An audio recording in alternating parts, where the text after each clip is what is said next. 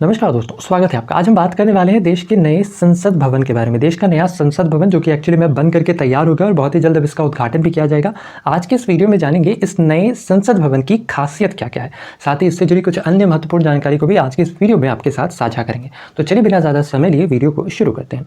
इसके अलावा अगर आप चैनल पर नए हैं तो आप चैनल को सब्सक्राइब कर सकते हैं। इसी तरीके के इन्फॉर्मेटिव कंटेंट के लिए वीडियो अगर पसंद आता है तो वीडियो को लाइक करना बिल्कुल ना भूलें।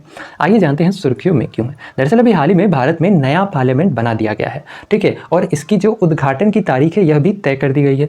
भारत का जो नया पार्लियामेंट होगा इसका उद्घाटन 28 मई को भारत के प्रधानमंत्री श्री नरेंद्र मोदी जी के द्वारा किया जाएगा। हालांकि इसके रिगार्डिंग एक और जहां इस उद्घाटन समारोह की तैयारियां काफी जोरों शोरों से की जा रही है, वहीं दूसरी ओर कांग्रेस, टीएमसी, आम आदमी पार्टी सहित कुल 20 ऐसी ऑपोजिशन पार्टी है जो इस उद्घाटन समारोह का बहिष्कार कर रही है। दरअसल इन विपक्षी पार्टियों का कहना है कि यह जो नया पार्लियामेंट है, ठीक है, इसका उद्घाटन राष्ट्रपति के हाथों किया जाना चाहिए, ना कि प्रधानमंत्री के हाथों। और इसके रिगार्डिंग बाकायदा एक याचिका भी सर्वोच्च न्यायालय में दाखिल की गई है। इसके अलावा ध्यान रखना, इस नए पार्लियामेंट के उद्घाटन समारोह के रिगार्डिंग जो इन्विटेशन लेटर्स हैं ये दोनों ही हाउसेस के एमपीज को भेजे गए हैं। इसके साथ ही साथ लोकसभा के जो अब तक के जितने भी फॉर्मर स्पीकर्स रहे हैं उन सभी को इन्विटेशन लेटर गया है। इसके साथ ही साथ जो राज्यसभा के अब तक के जितने भी फॉर्मर चेयरमैन रहे हैं उन सभी को, और साथ ही साथ सभी राज्यों के मुख्यमंत्री को इस उद्घाटन समारोह में उपस्थित होने के रिगार्डिंग जो इन्विटेशन लेटर्स है वो भेजा गया है। अच्छा, इसके साथ ही ध्यान रखना, यह जो नया पार्लियामेंट है इसका उद्घाटन किया जाना है 28 मई को।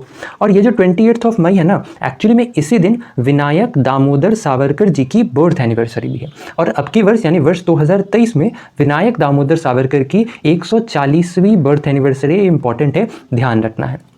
इसके अलावा बात करें इस नए पार्लियामेंट की खासियत क्या क्या है, तो ध्यान रखना है सबसे पहले तो यह जो नया संसद भवन है, ठीक है, इसकी जो कुल निर्माण लागत है यह तकरीबन 1200 करोड़ रुपए बताई गई है। साथ ही साथ इसके रिगार्डिंग बाकायदा 5 अगस्त 2019 को लोकसभा और राज्यसभा में यह आग्रह किया गया था कि देश को एक नए पार्लियामेंट की आवश्यकता है, ठीक है। और इसके रिगार्डिंग बाद में प्रधानमंत्री श्री नरेंद्र मोदी जी के द्वारा 10 दिसंबर 2020 को, ठीक है, इस नए पार्लियामेंट की आधारशिला रखी गई थी। और अगर आप देखोगे तो 10 दिसंबर 2020 से लेकर के अगर हम 28 मई तक भी जाएं, ठीक है, 28 मई 2023 तक, ठीक है, तो इसे बनाने में यानी ये जो नया पार्लियामेंट है इसे बनाने में तकरीबन केवल 2.5 साल का समय लगा है, ठीक है। और यह जो नया पार्लियामेंट बिल्डिंग है, ठीक है, यह तकरीबन 64,500 स्क्वायर मीटर के क्षेत्रफल में फैला हुआ है। साथ ही साथ यह जो नया पार्लियामेंट हाउस होगा, ठीक है, इसे एक्चुअली में टाटा प्रोजेक्ट्स लिमिटेड के द्वारा बनाया गया है। और इस नए संसद भवन का जो डिजाइन है ये HCP डिजाइन्स के द्वारा तैयार किया गया है, जो कि गुजरात बेस्ड एक आर्किटेक्चर फर्म है। इसके साथ ही यहाँ पर आप देख सकते हो ये है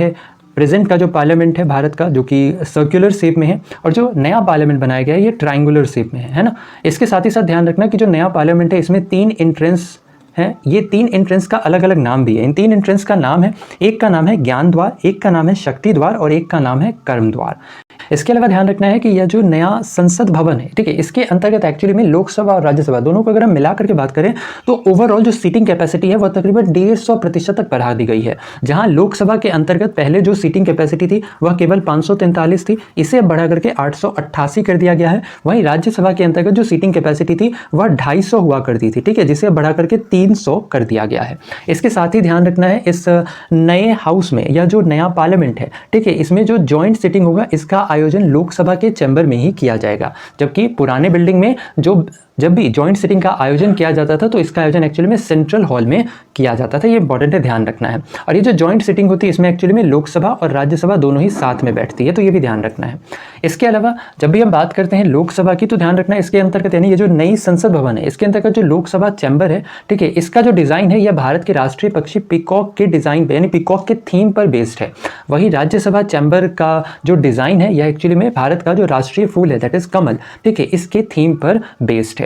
इसके साथ ही ध्यान रखना है कि जो पार्लियामेंट है इसकी जो करंट बिल्डिंग है या फिर जिसे हम अब पुरानी बिल्डिंग कह सकते हैं, ठीक है, उसका जो शेप था जैसा हमने पहले बताया सर्कुलर था, और जो नई बिल्डिंग है इसका शेप कैसा है, ट्रायंगुलर है। इसके अलावा इस नए पार्लियामेंट हाउस में आपको एक कोर्टयार्ड भी देखने को मिलेगा अंदर में, जहां पर जो भारत का राष्ट्रीय वृक्ष है दैट इज पीपल ट्री, इसे भी यहाँ पर लगाया गया है। साथ ही साथ इस नए पार्लियामेंट के अंतर्गत सेंगोल जो होगा उसे एक्चुअली में स्पीकर के बगल में स्थापित किया जाएगा। और यह जो सेंगोल होगा, ठीक है, इस पर आपको ऊपर में दिख रहा होगा यहाँ पर नंदी बैल भी यहाँ पर आपको स्पष्ट रूप से दिख रहा होगा, जो कि इस सेंगोल के ऊपर में विराजमान है। इसके साथ ही साथ ध्यान रखना यह जो सेंगोल है ये एक्चुअली में सन 1947 में सत्ता के हस्तांतरण नामांतरण करते समय एक प्रतीक चिन्ह के रूप में इसका इस्तेमाल किया गया था, इंपॉर्टेंट है।